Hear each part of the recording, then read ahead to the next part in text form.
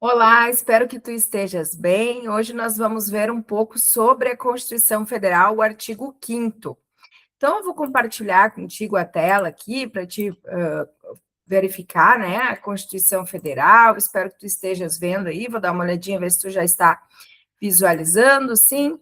Então, assim, a Constituição Federal, né, ela vai tratar de vários assuntos que são base do nosso Estado Democrático de Direito. Entre eles, os deveres, né, e os direitos e os deveres individuais e coletivos, então, aí, da população brasileira.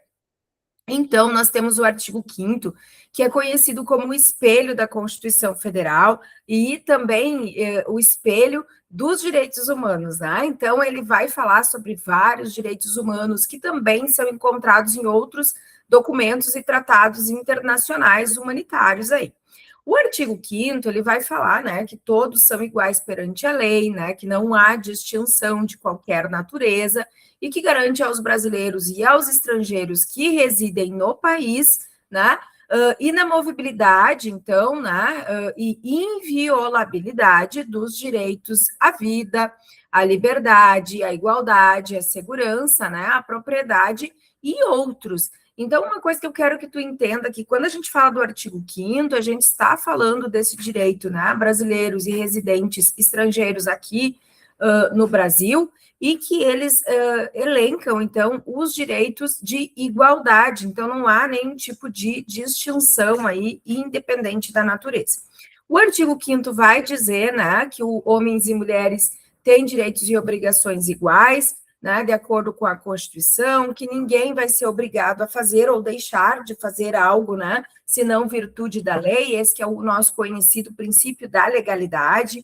Nós temos também que ninguém pode sofrer nenhum tipo de tortura, tratamento cruel, degradante, né? E aqui eu volto a repetir, a Constituição, no artigo 5º, tem o espelho dos direitos humanos e esse é um deles.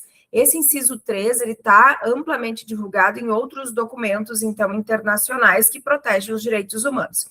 Nós temos também, né, que é vedado o anonimato, mas que é assegurado a livre manifestação de pensamento, é assegurado o direito de resposta proporcional ao agravo daquilo que foi realizado, então, né, além do direito à indenização por dano material, moral e também à imagem, né?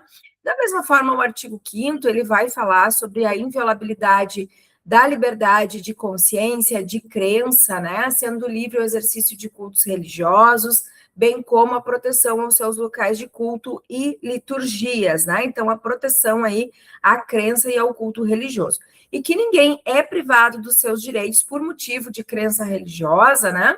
Convicção filosófica, salvo para invocar, então, eximir-se, né, de qualquer tipo de obrigação que é legalmente imposta a todos ou recusar-se, então, cumprir prestação alternativa. Então, não pode, por questões religiosas, apresenta-se uma viabilidade, né, aí de forma de prestar alternativamente, não pode se recusar, conforme prevê a legislação.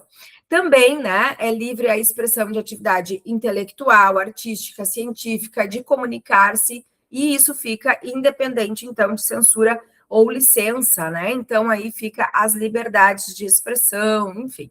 Da mesma forma, a lei vai dizer que são invioláveis intimidade, vida privada, honra, imagem das pessoas, sendo assegurado, sim, o direito à indenização por dano material ou moral, conforme houver aí as violações, então, à honra, à imagem, à vida privada dessa pessoa. Um artigo que é bastante importante, que também cai muitas vezes em prova, é o artigo 11, né? A casa, asilo inviolável, então, do indivíduo, né? E ninguém pode, então, adentrar, né? A lei vai falar em penetrar, então, sem o consentimento do morador, né? Salvo no caso de flagrante delito, então, ou desastre, né? Ou para prestar socorro. Bem como durante o período do dia, por determinação judicial. É inviolável, então, o sigilo de correspondência, né? E aqui a correspondência, ela já criou asas, como se diz. A correspondência já não é mais aquela carta, aquele envelope. A correspondência eletrônica também entra aqui. Comunicações telegráficas, dados de comunicação, então, aí, telefônica, né? Deixa eu organizar aqui. E também, pessoal, as comunicações telefônicas podem, por ordem judicial, então, serem aí adentradas, né? Serem vislumbradas na forma que estabelecer a lei, né, e também a determinação judicial para os fins de investigação criminal ou instrução de processo penal. É livre o exercício de qualquer trabalho, ofício ou profissão, claro que atendidas as qualificações e as recomendações, então, para o exercício profissional, como, por exemplo, algumas profissões exigem aí, né, o registro adequado, então, no conselho, né, então, como o conselho dos advogados, conselho de medicina, enfim. Da mesma forma, pessoal, no Brasil é livre, né, pacificamente reunir-se sem armas em locais abertos, públicos, não depende de autorização, porém, desde que não frustrem, né, outra reunião anteriormente convocada para o mesmo local, né, sendo apenas exigido aviso prévio, então, à autoridade competente quando houver a necessidade. É plena a liberdade, né, para a associação, então a associação não depende de qualquer tipo de restrição, é livre a associação, desde que para fins lícitos, vedada de caráter paramilitar, cuida essa vírgula, né? Vedada de caráter paramilitar.